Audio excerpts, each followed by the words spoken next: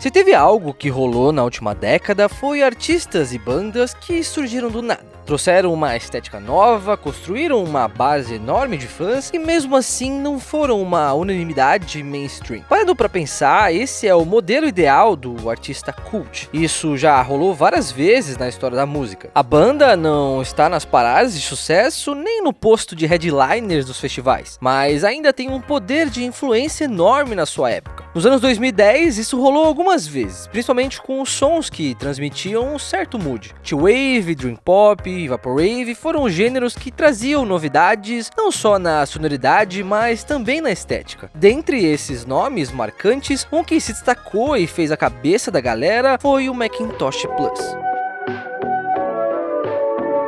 De forma misteriosa, o projeto de Vectroid alcançou um hype incrível, ao misturar uma nostalgia analógica a um futurismo eclético, influenciando diretamente no caminho que a música indie seguiria naquele período. Olhando para a década toda, no geral, a música alternativa ficou marcada por dois aspectos importantes: resgatar a estética dos anos 80 e inovar cada vez mais em produções caseiras. Em ambos os casos, o Macintosh Plus foi um exemplo a ser seguido, não só porque apareceu logo no começo da década, mas também pela autenticidade. Não à toa, até hoje, muita gente se pergunta o que fez o Macintosh Plus ser uma parada tão única. A primeira coisa importante para sacar o Macintosh Plus é saber quem foi que pensou a parada. A Vectroid, que é a musicista por trás do projeto, tem não só o Macintosh Plus, mas também outros trampos experimentais. Mas a gente vai focar só no Macintosh Plus mesmo. Então, afinal, quem é Vectroid? Por trás desse pseudônimo misterioso está Ramona Andra Xavier, uma mulher trans que nasceu em Washington, capital dos Estados Unidos, e atualmente tem 28 anos. A música já era presente na vida dela desde a infância por causa dos pais, mas era uma coisa mais casual mesmo. Eles não eram músicos nem nada do tipo. Ela começou a ter uma ligação maior com a música quando, aos 13 anos, ela aprendeu a reproduzir no computador os sons de alguns jogos de videogame. Em 2010, ela já era quase uma pesquisadora de equipamentos mais retrô, como sintetizadores dos anos 80 e programadores de voz com efeito robótico, tipo os que o Daft Punk popularizou no final dos anos 90, mas ao mesmo tempo não tinha uma ideia definida sobre como seria seu projeto. A partir disso, ela começou a trabalhar em várias ideias que ao mesmo tempo foram se transformando em projetos diferentes. Nas raras entrevistas que ela deu, ela disse que por trás disso estava uma vontade dela colocar o seu som em primeiro lugar, ao invés de uma imagem dela. Era como se ela quisesse que quando alguém pensasse em Macintosh Plus ou qualquer outro projeto dela, a primeira coisa que viesse na cabeça seria o som mesmo, e não a imagem de uma pessoa. O Macintosh Plus até hoje é o projeto mais aclamado da Ramona, mas não compartilha tanto assim desse entusiasmo. Quando ela lançou o álbum Floral Shop em 2011 e assim estourou de vez na internet, aquele era um período em que suas produções eram altamente pessoais, sendo um canal de extravasar suas complicações de interação social. Por ser uma pessoa queer, ela disse que sempre teve muita dificuldade em estabelecer relações pessoais e que no começo da sua carreira, quando ela criou o Macintosh Plus, suas músicas eram muito carregadas desse sentimento. Quando ela veio ao Brasil em 2018, foi até perguntado a ela o motivo pelo qual ela deixa essas músicas mais famosas do começo de fora de alguns sets. Ela foi bem sincera e falou real, que revisitar esses trampos mais antigos não faz tão bem a ela. É algo que ela não se sente totalmente à vontade. Outro fato curioso é que, sob o nome de Macintosh Plus, ela só produziu um álbum mesmo, o Floral Shop. De lá pra cá, obviamente, muita gente pediu pra ela dar continuidade no projeto, mas nunca rolou. No final do ano passado, ela tweetou que viria com um novo álbum do Macintosh Plus e lançaria uma faixa nova de 12 minutos do trabalho, o que fez os fãs pirarem porque ninguém imaginava que ela fosse realmente seguir com o Macintosh Plus. De forma misteriosa, o projeto continua sendo o mais reconhecido dela. Entrando no universo que formou o Macintosh Plus, algo que chamou a atenção da galera logo de cara foi a questão estética do projeto. A Ramona é designer gráfica, então muita coisa ali foi planejada por ela, não sendo só uma expressão da modinha da internet daquela época. A Ramona disse que algo que a influenciou na hora de formar a identidade visual do projeto foi parar para olhar o momento em que ela estava vivendo. Como a gente disse, ela nunca se deu muito bem em socializar com as pessoas, sendo o mais próximo disso o contato através da internet. Na cabeça dela, viver essa transição do mundo antes da internet para uma realidade onde as relações sociais passaram a depender muito do virtual foi algo que deu a ideia de juntar referências retrô com umas paradas mais futuristas em referência a isso. O nome do projeto vem de um dos primeiros computadores da Apple. Com a repercussão do Macintosh Plus na internet, outros artistas também foram adicionando coisas nessa ideia dessa estética e explorando em cima das características mais identificáveis, como as cores fluorescentes, elementos da arquitetura greco-romana e as referências ao arcade dos anos 80. Não demorou muito para que tudo isso ficasse uniformizado através de um termo: Vaporwave.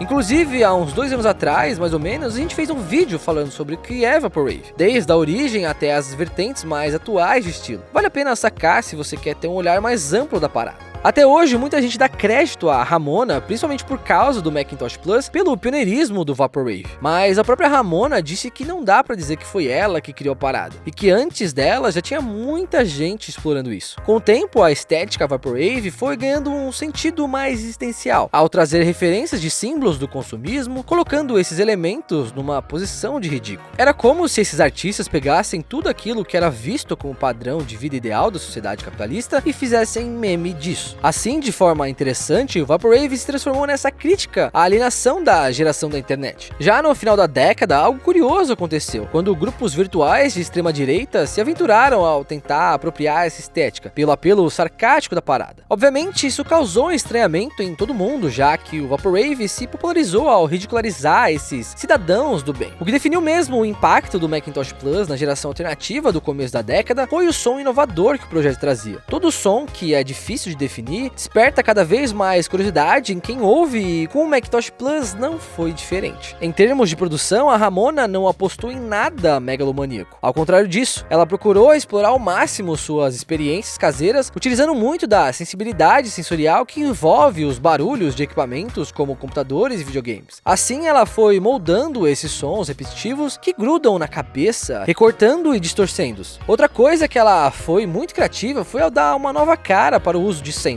No começo, ela ficou preocupada sobre até onde ela poderia ir ao usar uma produção de outro artista para fazer um trampo que considerassem dela. Mas a forma como ela utilizou isso fez a galera reconhecer a autenticidade do que ela estava propondo. Apesar de hoje em dia a galera enxergar o Macintosh Plus e a Ramona como precursores de algo novo, ela estava tentando apenas dar continuidade num modo de produção: a música ambiente. Para ela, o Vaporwave não é algo que surgiu nos anos 2010, mas sim algo que já vinha sendo feito por artistas como Ryuichi Sakamoto, a quem ela cita como uma influência. Da mesma forma, o Macintosh Plus alcançou seu espaço no cenário alternativo na década de 2010, captando e experimentando um som que fosse capaz de trazer uma nostalgia para uma nova geração, mas ao mesmo tempo procurando evoluir a música não através de gêneros, mas através de sensações que ela desperta nas pessoas. O impacto do Macintosh Plus obviamente se deve ao álbum Photoshop. Com quase 10 anos de lançamento, ainda soa moderno como nunca. Já o título Photoshop significa loja de flores. Hoje, até quem não gosta do som do Macintosh Plus sabe da importância desse trabalho, principalmente ao ver o quanto ele foi influente na música depois disso. A música ambiente sempre foi vista como algo cult demais, nada parecido com algo que fosse bombar para que os jovens consumissem. Porém, com o Photoshop, esse estereótipo foi quebrado, principalmente pela junção de texturas de outros sons da música eletrônica, como o synthpop, new wave e o eurodance. O grande trunfo do Photoshop não foi mostrar que a Ramona era uma nerd da música eletrônica, mas sim conseguir trazer uma sensação de extensão ao trabalho. Ao mesmo tempo que soava bizarro, era simples, mesmo sendo climático e relaxante, era perturbador. Essa ideia de trazer sensações opostas e misturá-las foi o que deixou muita gente interessada em sacar o Macintosh Plus. Embora tenha recebido reconhecimento na época, o Macintosh Plus foi estendendo sua influência ao longo dos últimos 10 anos, não sendo uma unanimidade instantânea, mas um combustível de criatividade para grande parte da música alternativa desse período. A Pitchfork, por exemplo, só resenhou o Photoshop ano passado, mas logo no começo do texto eles já fazem questão de contextualizar esse trabalho com a mudança que estava prestes a surgir na música através de nomes como Grimes, que se definia como post-internet. Nesse contexto, outro aspecto característico do Macintosh Plus que marcou demais o que veio depois foi a noção de desconstruir o que entendemos como música pop. Nessa questão, de começo, o som do Macintosh Plus encontrou uma certa resistência, porque tinha gente que falava que não dava para levar a sério esse tipo de som. Com o tempo, essa abordagem de pop bizarro foi fazendo cada vez mais sentido, criando novas figuras que ajudariam a transformar os rumos da música pop, como AJ Cook, produtor por trás da PC Music. No sentido estético, Vaporwave foi dando espaço para várias outras coisas que levaram essa linguagem para novas abordagens vantagens, mas ainda assim o estilo desperta curiosidade em artistas grandes do mainstream.